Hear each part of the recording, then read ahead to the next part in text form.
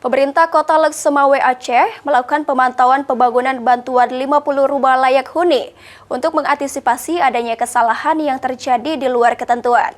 Peninjauan dilakukan di salah satu desa Sunobok, Kecamatan Blangmangat, untuk memastikan kondisi lokasi dan proyek pembangunan yang berlangsung.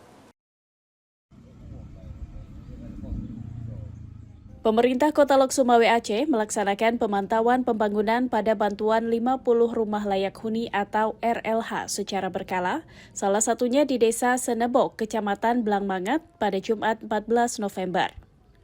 Asisten 1 Pemerintah Kota Lek-Semawe, Muhammad Maksalmina, menjelaskan peninjauan tersebut dilakukan untuk mengantisipasi kesalahan pembangunan di luar ketentuan.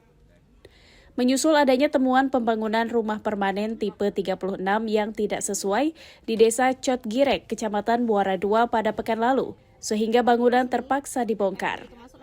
Pihaknya pun berharap seluruh elemen dapat turut memantau proses pengerjaan agar tidak terjadi kesalahan yang bisa merugikan penerima bantuan. Jadi kita memantau supaya pembangunan 2 bulan ke depan itu bisa terlaksana tepat waktu dan tidak ada kendala di lapangan.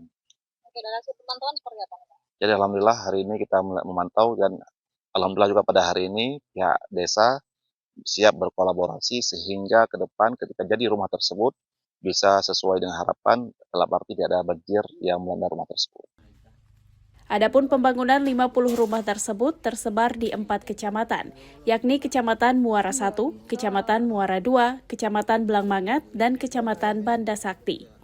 Proyek tersebut menelan dana mencapai 90 juta rupiah untuk setiap rumahnya, dengan proses pengerjaan yang berlangsung mulai November dan ditargetkan rampung pada Januari mendatang. Dari Kota Lek-Semawe Aceh, Trifani, Kantor Berita Antara mewartakan.